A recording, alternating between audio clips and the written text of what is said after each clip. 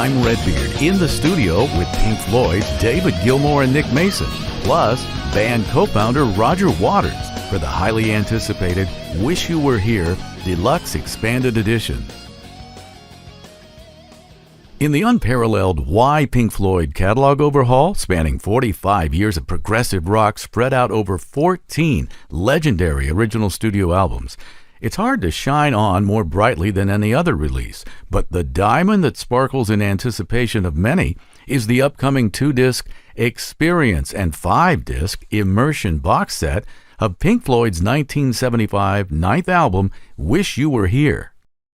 Following on the heels of the record-setting Dark Side of the Moon, Wish You Were Here was the second Pink Floyd album to employ a conceptual theme by Roger Waters, using the debilitating madness of Pink Floyd co-founder Syd Barrett as a symbol for the isolating alienation by the modern world, particularly the greed and insincerity of the entertainment business. The Wish You Were Here album debuted in the UK at number 1, followed by topping the sales in the US the following week. The latest figures estimate more than 13 million copies sold of Wish You Were Here. Readers of Q magazine ranked Wish You Were Here at number 34 on the greatest albums list, while Rolling Stone writers listed at number 209 on their top 500 albums all time. Yet by the spring of 1975, the overwhelming critical and commercial success of Dark Side of the Moon and its subsequent tours had left Pink Floyd's Roger Waters, David Gilmour, Nick Mason, and Richard Wright emotionally and physically drained. Apparently, the band's soaring popularity had caught the Floyd somewhat by surprise, and they were struggling to get a grip on stardom. Here's songwriter Roger Waters with me in the studio.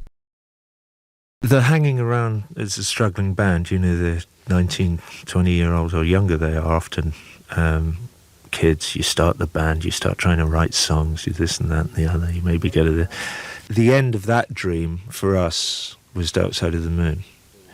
You know, Pink Floyd fulfilled its necessary function with Dark Side of the Moon. You know, a big hit record.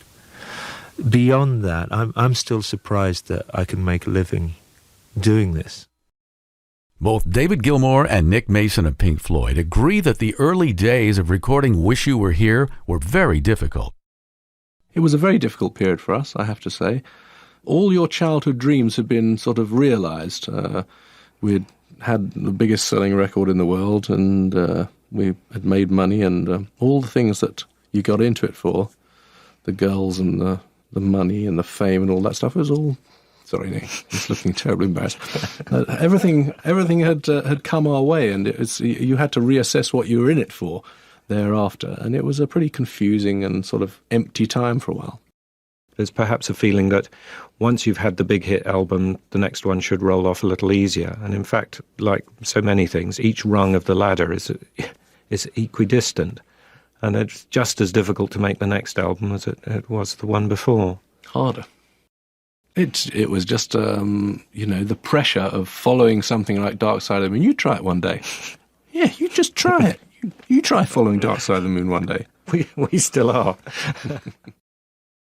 And after that single, that tour was a bit of a nightmare for all of us in some ways, because it was wonderful to have all those people, but from that moment on to this day, they never stopped shouting and making a lot of noise. I can just remember we'd sit up on stage in these places and look at each other going, Jesus Christ, when are they ever going to stop? And every kid shouting, money, play money, play money, all the way through from beginning to end. And it was unbelievable. It really was.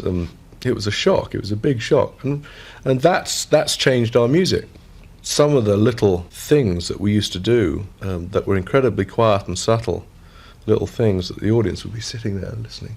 All these things going on around, total silence. We've had to really cut some of that stuff out. It just became impossible, literally.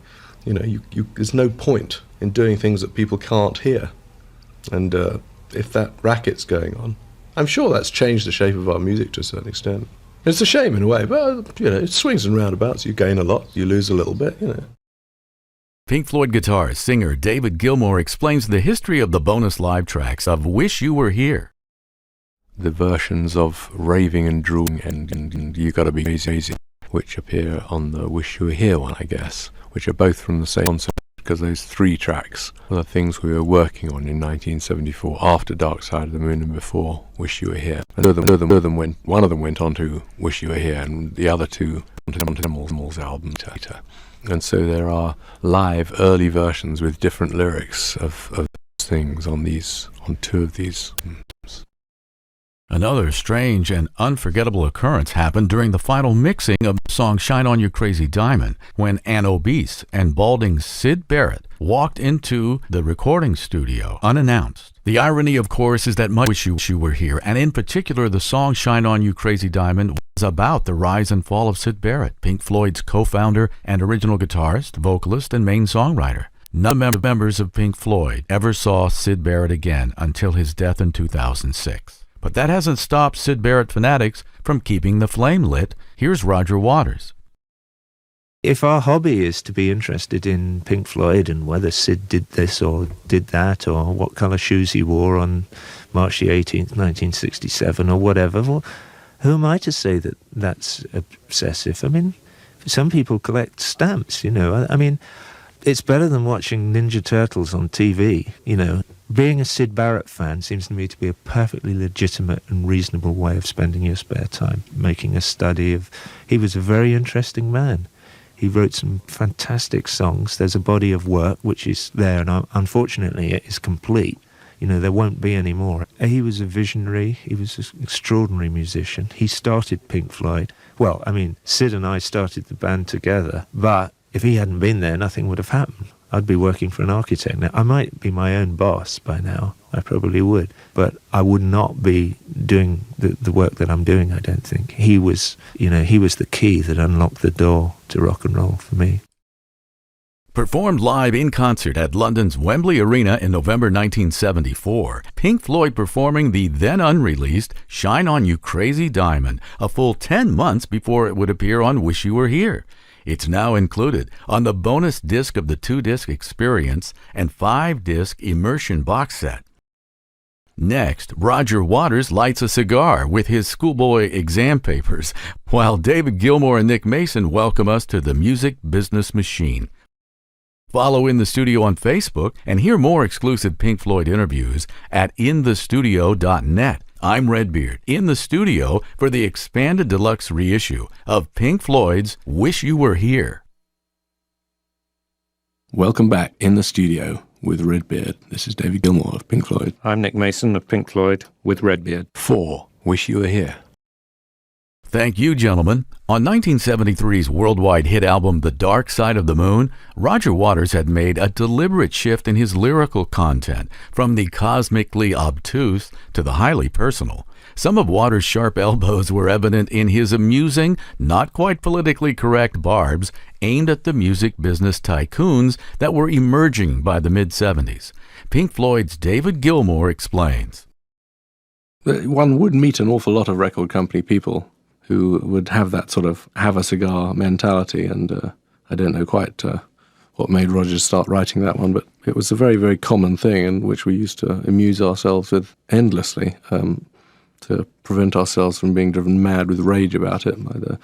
We had people who would say to us, you know, which one's Pink and stuff like that. They genuinely would. They think that there were an awful lot of people who thought Pink Floyd was the name of the lead singer, and that was Pink himself and the band. That's how that all came about. It's quite genuine.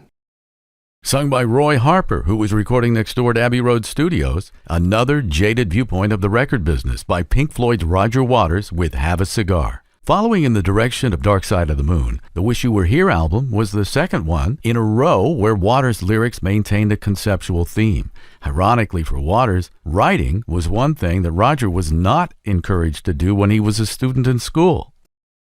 I was told very firmly all through my school days that there was no question of me ever being involved in writing anything. You know, my essays or whatever would come back with bad marks and just hopeless, you know, forget, absolute write-off. So I would say, you know, to anybody out there who still is facing this problems with people who are not involved in education in the Greek sense, which is, you know, to draw out the best that is in a child or an individual.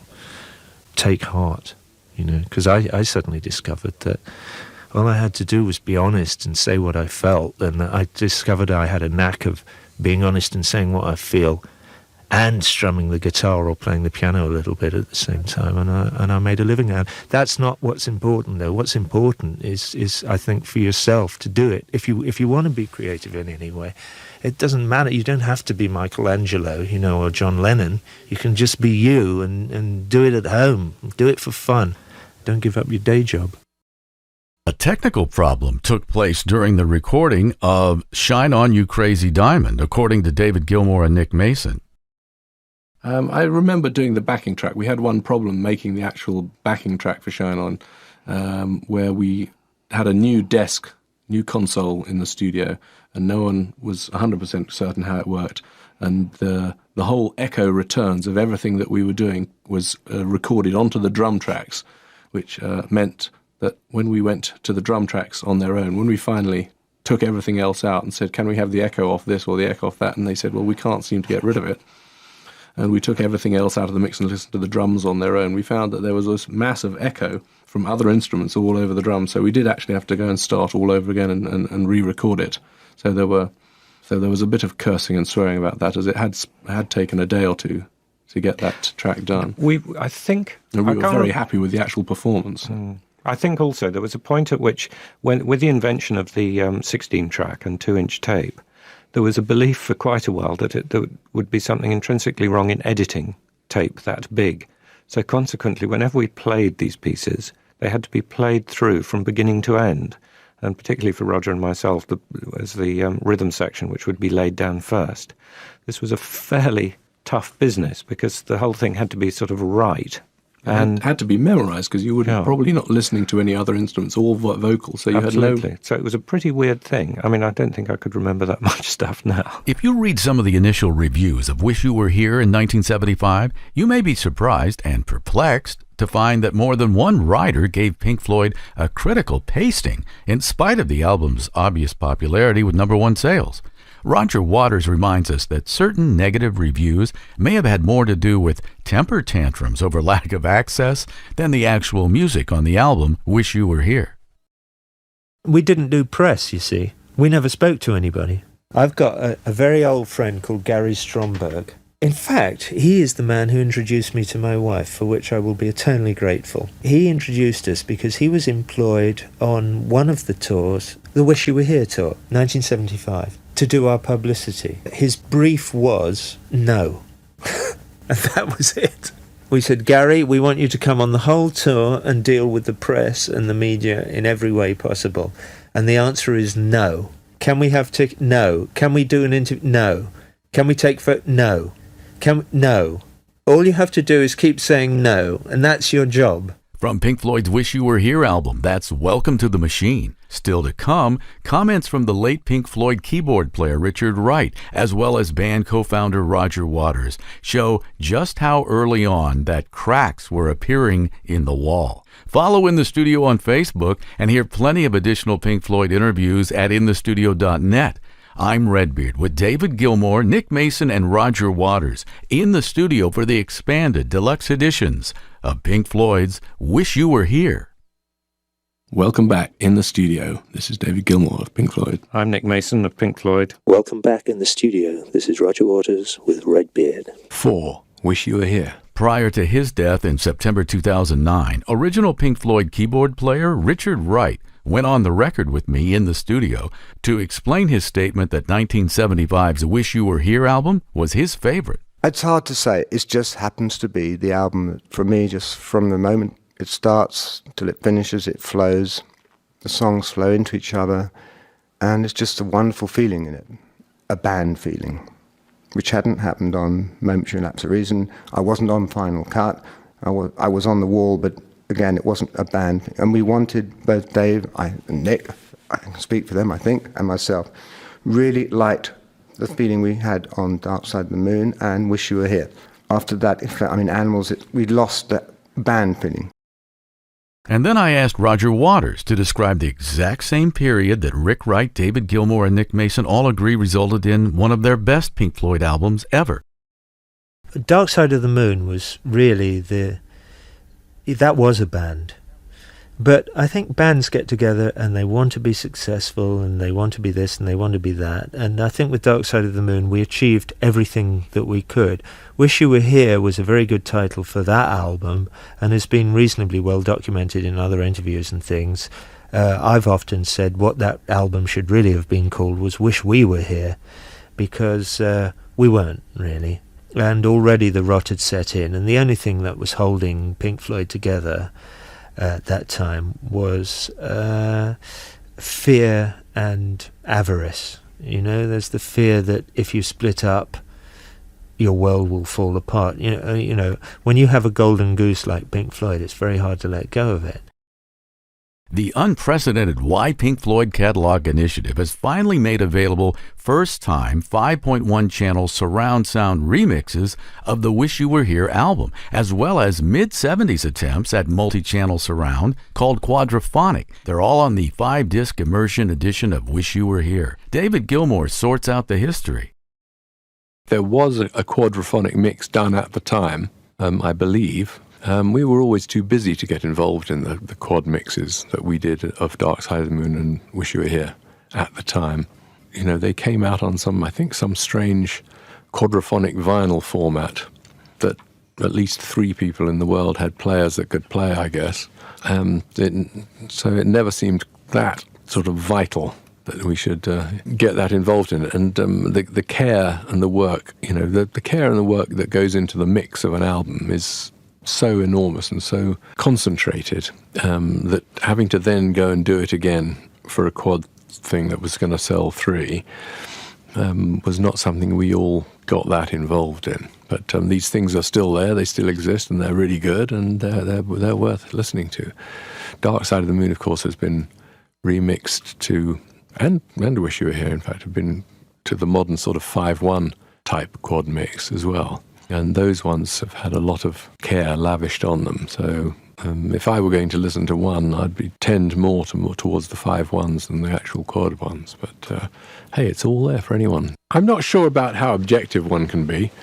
To me, it's a matter of finally getting over being a little too precious, too careful in allowing things to be released sort of a little bit warts and all. And there are tons and tons of bits and pieces of music and film that we've never considered were right to go into our front of the pack stuff. But a lot of these bits and pieces are out in terrible quality on the net in bootleg form. And we figured we might as well, at this stage in our lives, find everything that has been done and put it all out there for people to have a listen to. As we started, we found more and more and more things that we'd completely forgotten about, and we'd be sitting around brainstorming sessions trying to remember titles of things that we'd forgotten about so that we could go and look for them, because you can't look for them if you haven't even got a title or anything. And so there are all sorts of little moments, songs, tracks from, you know, the early Pink Floyd, 66, 67, before Piper at the Gates of Dawn, and extra stuff, live things, other recorded tracks, Stefan Grappelli playing on Wish You Were Here, tons and tons of stuff. And we figured it's time that all that stuff was released in nice, good quality. The completists could have their way. There's a fascinating alternate take of Pink Floyd's title song, The Wish You Were Here, featuring violin virtuoso Stefan Grappelli, stepping out on a previously unreleased version. It's now included on both the 2-disc Experience and 5-disc Immersion box set. I'm Redbeard. Glad you are here. I'll be back in the studio in a moment. This is Redbeard in the studio, thanking my guests, Roger Waters, David Gilmour, and Nick Mason. This edition of In the Studio is dedicated to the late Rick Wright. For interviews and exclusive live performances by the biggest names in rock, visit inthestudio.net. In the Studio is written and produced by yours truly, Redbeard, for Barbarossa Limited Productions. Copyright 2011, all rights reserved. Transcription by Jane Carpenter Brunette. Theme song by Andy Timmons. Be a part of the In the Studio network at inthestudio.net.